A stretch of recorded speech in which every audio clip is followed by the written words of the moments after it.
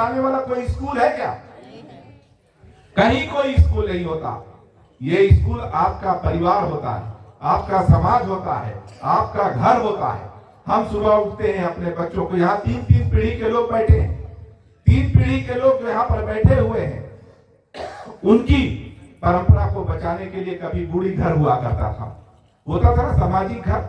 वहां पर जो बुजुर्ग होते थे उनके साथ हम बैठ करके अपने जाति के रीति रिवाज और परंपराओं को सीखते थे। आज दिलमन जी ने आपको बताया कि हमारा नामकरण का संस्कार कैसे होता है। तो आज अपनी नई पीढ़ी को, हमारी पीढ़ी ने, हमारे पूर्वजों ने हमको तो अपनी संस्कृति बताकर वो लोग चले गए, और उनके बताए हुए सबसे महत्वपूर्ण हमारे जो आधार हैं, जल, जंगल और जमीन। जल, जंगल और जमीन जब तक रहेगा, इस धरती पर आदिवासी सुरक्षित रहेगा। जिस दिन आपका जंगल का कट कर खत्म हो जाएगा, जिस दिन आपकी धरती पर उद्योग लग जाएंगे, जिस दिन आपके पानी दूषित हो जाएंगे, उस दिन आदिवासी की जाति, उसकी परंपराएं भी नष्ट हो जाएंगी।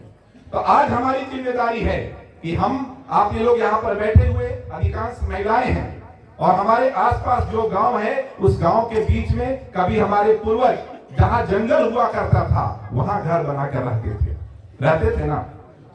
लेकिन आज आपके घर से जंगल कितना दूर चला गया। पहले घर से, आपका आंगन से बाहर गया जंगल, फिर गांव से बाहर गया, और अब 5 किलोमीटर 7 किलोमीटर दूर जंगल भाग गया। भाग रहा है ना? कौन भगा रहा है उसको? हम ही लोग भगा रहे हैं।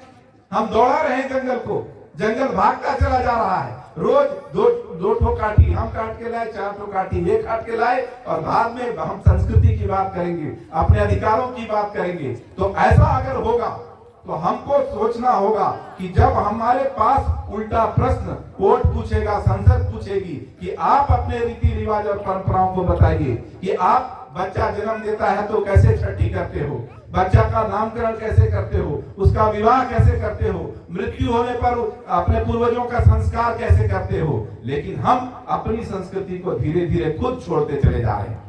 जनजाति सुरक्षा मंच एक मार्गदर्शक के रूप में समाज के बीच में घूम रहा है, और आपसे यह आह्वान कर रहा है कि आप अपनी संस्कृति को मत छोड़ें। हमने अपने रीति रिवाज परंपराओं को छोड़ दिया, और उसका परिणाम यह हुआ कि जिसके अंदर ये भाव जागना था, वो धीरे धीरे हमारे परिवार से ही छूटने लगा।